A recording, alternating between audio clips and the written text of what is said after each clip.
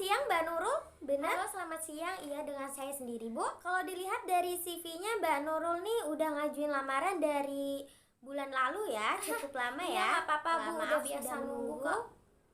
Iya, nggak apa-apa. Iya baik, perkenalkan saya Tri Fitri Wulandari. Saya manajer dari Bursa Efek Ceria. Iya Bu Fitri, salam kenal ya Bu. Oke, nah coba Mbak Nurul perkenalkan diri dulu dan sampaikan kenapa Mbak Nurul tertarik untuk masuk ke perusahaan. Oke Bu, perkenalkan nama saya Nurul Fatimah. Saya dari Universitas Negeri Padang. Nah, di sini saya mengajukan lamaran pekerjaannya karena saya juga emang butuh kerjaan, Bu. Karena saya butuh kerjaan, saya butuh duit, makanya saya ngelamar kerja. Kalau nggak, saya juga nggak bakal ngelamar kerja. iya. Adik-adik, cerita si Nurul di interview tadi nyambung nih sama materi yang bakal kita bahas kali ini, yaitu ketenaga kerjaan. Apa sih itu ketenaga kerjaan? Atau cuma urusan ngelamar kerja gitu aja?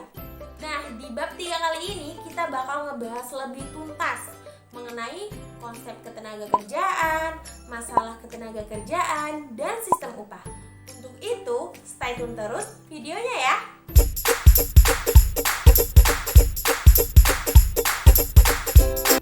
Menurut Undang-Undang RI Nomor 13 Tahun 2003 tentang Ketenaga Kerjaan, tenaga kerja adalah setiap orang yang mampu melakukan pekerjaan dan menghasilkan barang atau jasa guna memenuhi kebutuhan hidup manusia. Kalau kita ngomongin tentang tenaga kerja, ada hubungannya nih sama angkatan kerja dan bukan angkatan kerja. Angkatan kerja adalah penduduk usia kerja dari umur 15 sampai 64 tahun, baik sedang bekerja maupun sedang mencari pekerjaan. Sedangkan bukan angkatan kerja adalah penduduk usia kerja yang memilih untuk nggak bekerja karena alasan beberapa faktor. Kayak kamu yang usianya udah 16 tahun tapi masih sekolah. Nah, nanti kalau adik-adik udah selesai sekolah, udah selesai pendidikan, bisa nih mau milih jadi profesi apa? Mau jadi direktur, mau jadi manajer, mau jadi dokter. Karena dalam tenaga kerja ini dilihat dari sifat dan keahliannya nih. Kalau dilihat dari sifatnya itu dibagi menjadi dua. Ada tenaga kerja rohani dan tenaga kerja jasmani. Tenaga kerja rohani adalah tenaga kerja yang lebih banyak menggunakan jasa pikiran, kayak manajer, direktur, konsultan, dan penulis. Sedangkan tenaga kerja jasmani adalah tenaga kerja yang lebih banyak menggunakan kegiatan fisik seperti buruh, kuli, dan tukang becak. Selanjutnya ada tenaga kerja yang dilihat berdasarkan keahliannya. Ada tenaga kerja terdidik, tenaga kerja terlatih, dan tenaga kerja tidak terdidik atau tidak terlatih. Tenaga kerja terdidik adalah tenaga kerja yang keahliannya didapat melalui pendidikan seperti dokter, pengacara, dan insinyur. Sedangkan tenaga kerja terlatih adalah tenaga kerja yang memiliki keahlian khusus melalui pelatihan atau pengalaman kerja seperti montir, pelukis, dan tukang jahit. Sedangkan tenaga kerja tidak terdidik atau tidak terlatih adalah tenaga kerja yang ngandelin tenaga aja, kayak kuli, buruh angkut, dan tukang becak. Nah, itu tadi jenis-jenis tenaga kerja adik-adik. Nanti kalau adik-adik mau jadi dokter, insinyur, manajer, atau profesi lainnya, butuh dong yang namanya kesempatan kerja.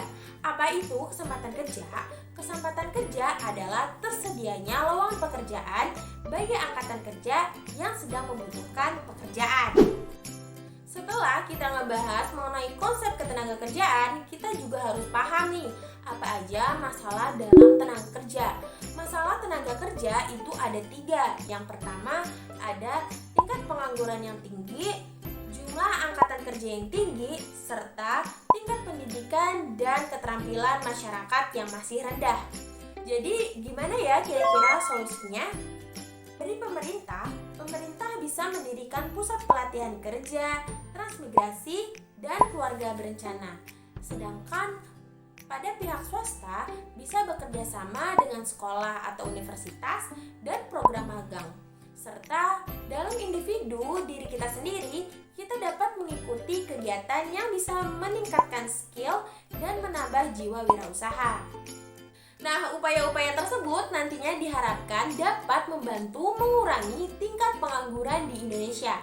Tingkat pengangguran ini adalah jumlah perbandingan antara angkatan kerja dalam kurun waktu tertentu dan dinyatakan melalui bentuk persentase. Data inilah sebagai informasi khususnya pemerintah dalam menetapkan sasaran daerah menangani tingkat pengangguran tertinggi. Seperti kita ketahui bahwasanya tingkat pengangguran terbuka tertinggi berasal dari Kepulauan Riau. Menurut BPS, Badan Pusat Statistik, mencatat bahwa jumlah pengangguran di Indonesia sebanyak 9,1 juta orang pada tahun 2021. Riau menduduki jumlah 9,91% rata-rata nasional tingkat pengangguran terbuka.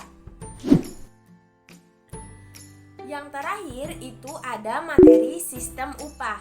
Upah itu merupakan kompensasi balas jasa yang diberikan kepada pekerja karena telah memberikan tenaganya untuk perusahaan. Pembayaran upah ini bisa dilakukan secara harian, mingguan, bahkan bulanan. Di Indonesia sendiri ada berbagai macam sistem upah. Ada sistem upah menurut waktu. Sistem upah ini dibayarkan berdasarkan lamanya seseorang melakukan pekerjaan. Upah ini bisa diberikan secara jam, harian, mingguan, bahkan bulanan. Lalu ada sistem upah mitra usaha atau co-partnership.